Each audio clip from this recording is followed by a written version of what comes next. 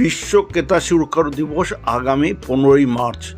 সেই উপলক্ষে 11ই মার্চ বারুইপুরের ক্রেতা সুরক্ষা দপ্তরের পক্ষ থেকে বারুইপুরে জেলা পরিষদের প্রশিক্ষণ কেন্দ্রে একটি অনুষ্ঠানের আয়োজন করে।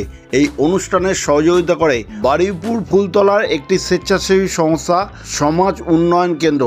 এই অনুষ্ঠানে উপস্থিত ছিলেন বারুইপুরের মহকুমার শাসক চিত্রদীপ সেন, বারুইপুরের ক্রেতা সুরক্ষা দপ্তরের আধিকারিকরা ও প্রশাসনের আধিকারিকরা।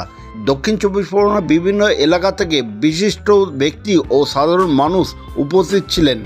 অনুষ্ঠানের মূল বার্তা ছিল ক্রেতা সুরক্ষার জন্য সাধারণ মানুষ কতটা সচেতন হতে পারে সেই নিয়ে একটি এখানে আলোচনা সভা হয়। এই খবর আপনারা দেখছেন একমাত্র খবর 48 ঘন্টার পর্দায়।